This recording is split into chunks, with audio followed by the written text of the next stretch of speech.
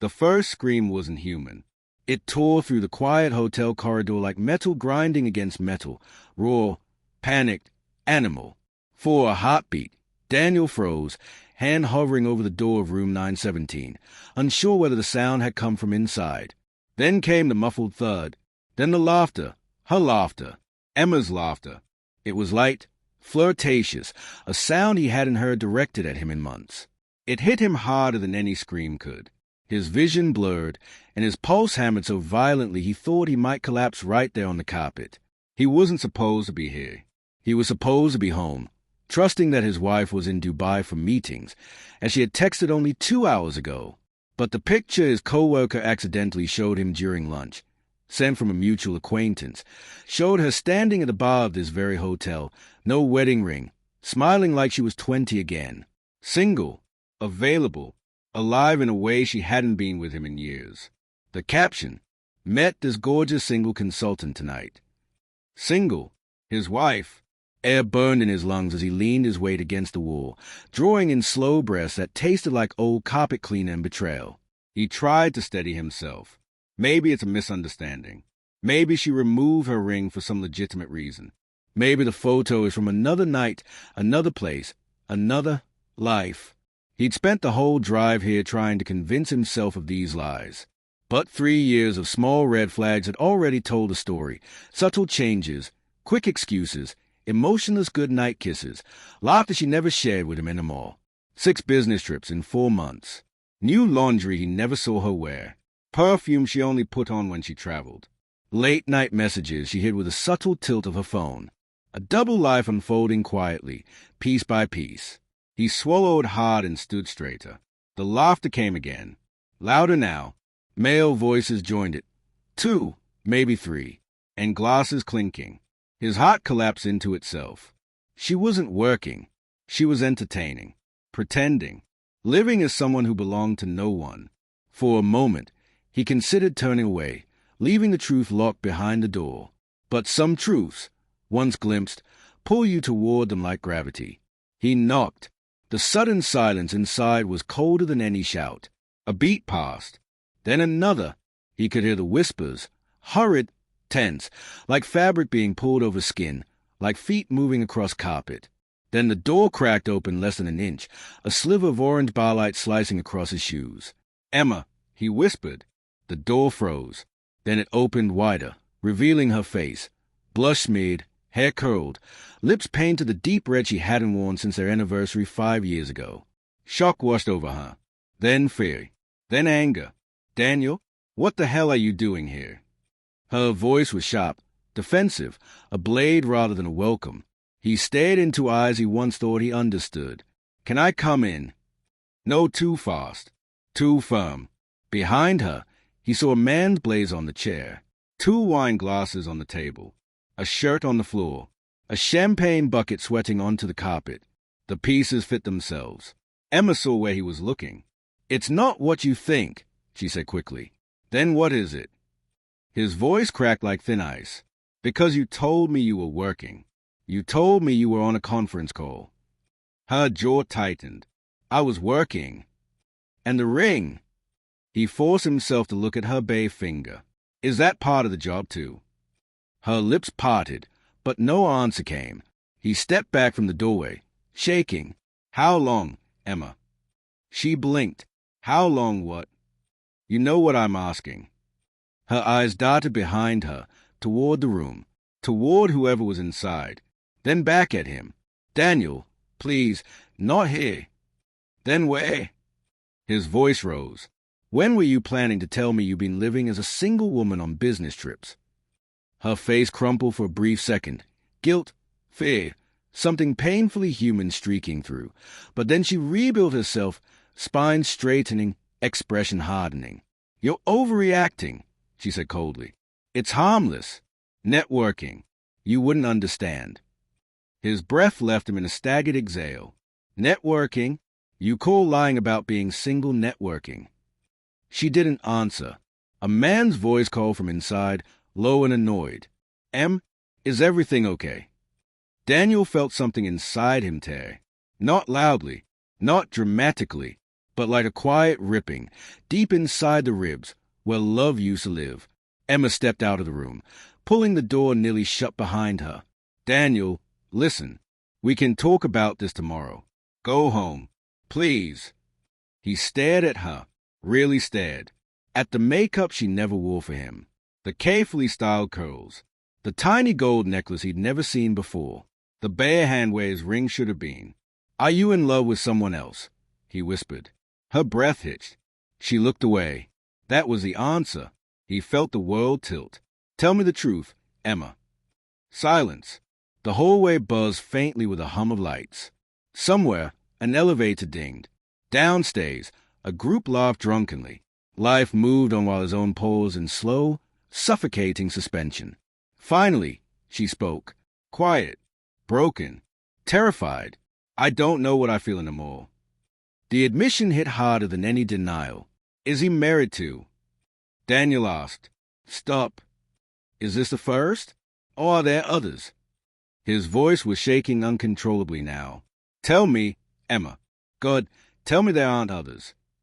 Her eyes glistened, but with frustration, not regret. Why does everything have to be an interrogation with you? Because my wife has been living as someone else, he shouted, the sound echoing down the corridor like a crack of thunder. Her expression twisted. Shame? Defensiveness? Some mixture of both. I needed space. You needed secrecy. She flinched. Suddenly footsteps approached from inside the room.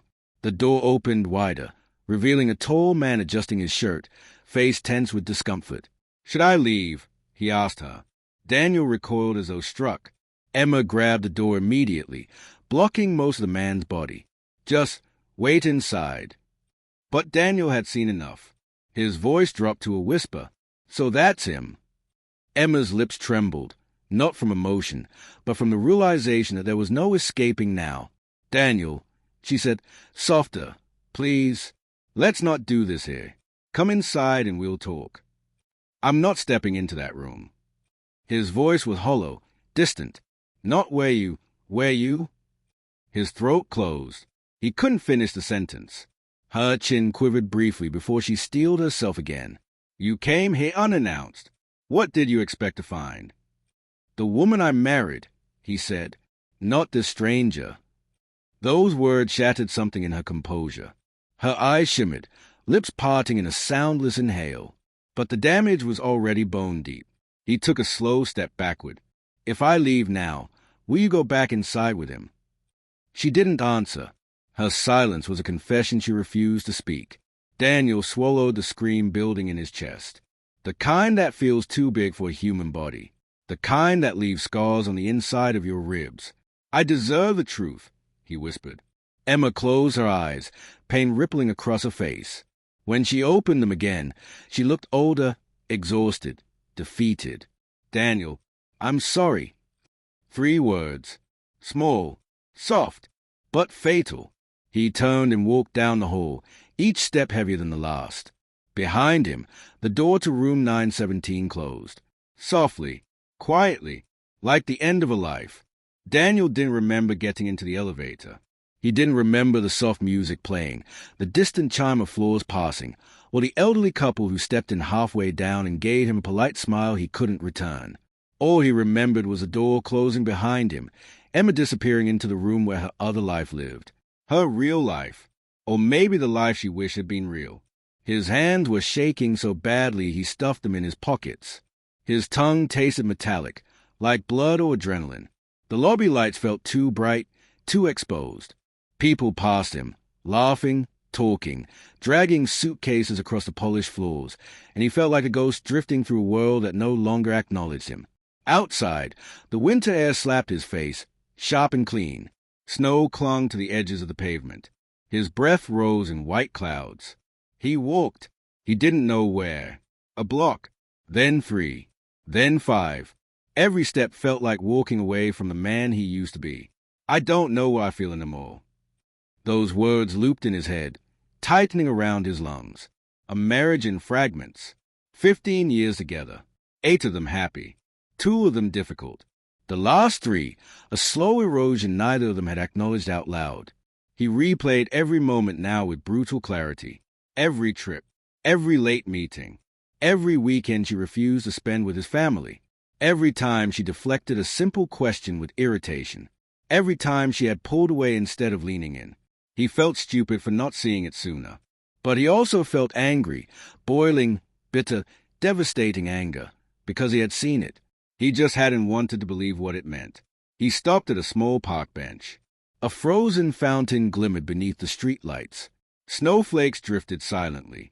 He broke, not with loud sobs, but silently, shoulders trembling, face buried in his hands. The kind of grief that didn't need sound to feel enormous. His phone buzzed in his pocket. Emma. He let it ring until it stopped. Then it buzzed again. And again. He didn't answer. Let her feel the silence for once. The unexpected call. He didn't know how long he sat there before his phone buzzed again, this time with a different name flashing on the screen. Private number. He frowned. He almost ignored it.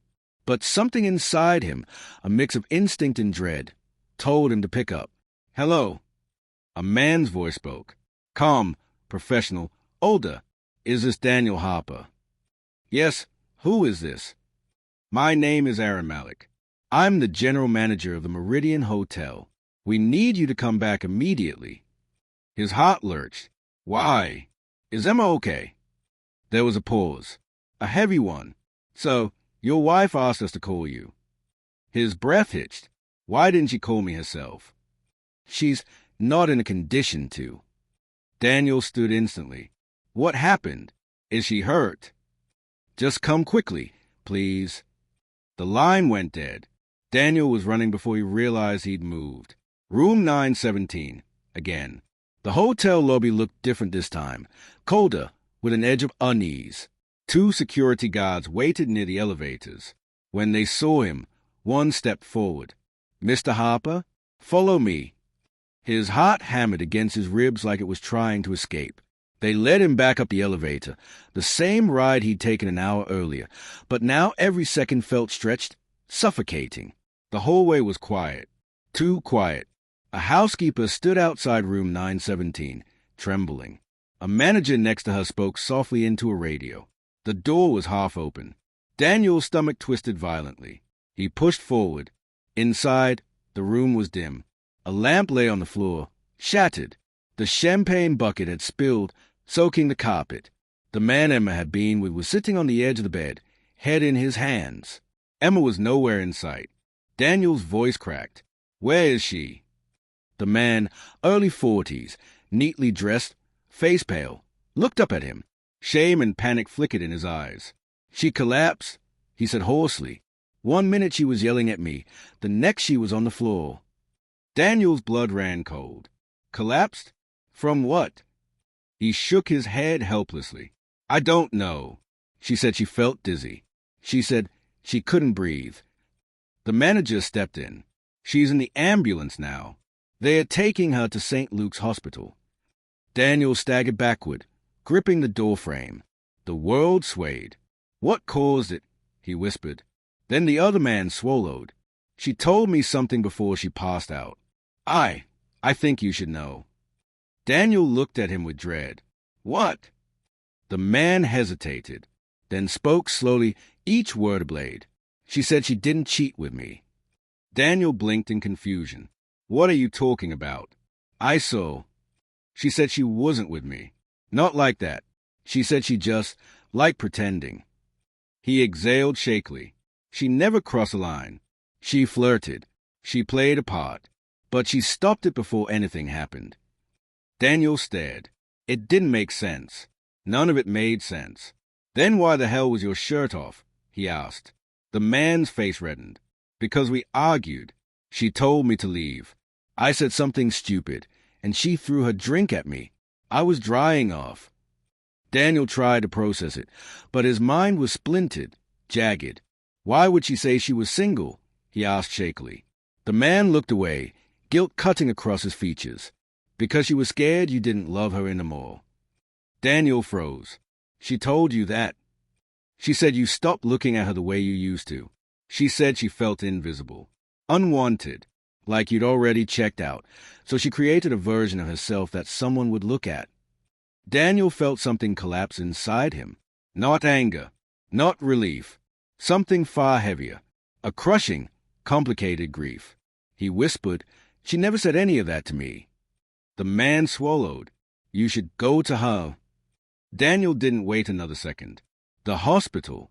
St. Luke's smelled like antiseptic and cold air. Daniel rushed to the front desk, breathless. "My wife," he gasped. "Emma Harper. They brought her in." "Yes, sir." "She's an emergency assessment. Please wait in the lounge."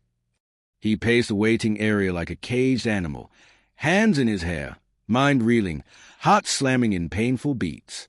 Images flashed. Emma laughing behind a closed door. Emma collapsing on a hotel floor. Emma feeling unwanted. Emma living another life not out of lust, but loneliness. A doctor finally approached. "Mr. Harper." Daniel stepped forward. "Is she okay?" The doctor gave a tired but soft smile. "She's stable. Panic-induced syncope. Essentially, she fainted from extreme emotional distress. The blood pressure drop was severe, but she'll recover fully." Daniel sagged into a chair, relief flooding through him like warm rain. "Can I see her?" "In a few minutes. She's awake but very shaken." He nodded, swallowing hard. The final twist. When he finally entered the small hospital room, Emma was sitting upright, blanket around her shoulders, eyes swollen and red. She looked at him the way someone looks at a person they're afraid to lose. "Daniel," she whispered. He stood frozen. So many words fought in his throat: anger, love, heartbreak, confusion. In the end, only one came out. "Why?" Tay spilled instantly. "Because I thought you didn't want me anymore."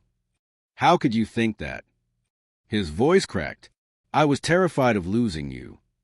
She sobbed softly. "I thought you already had."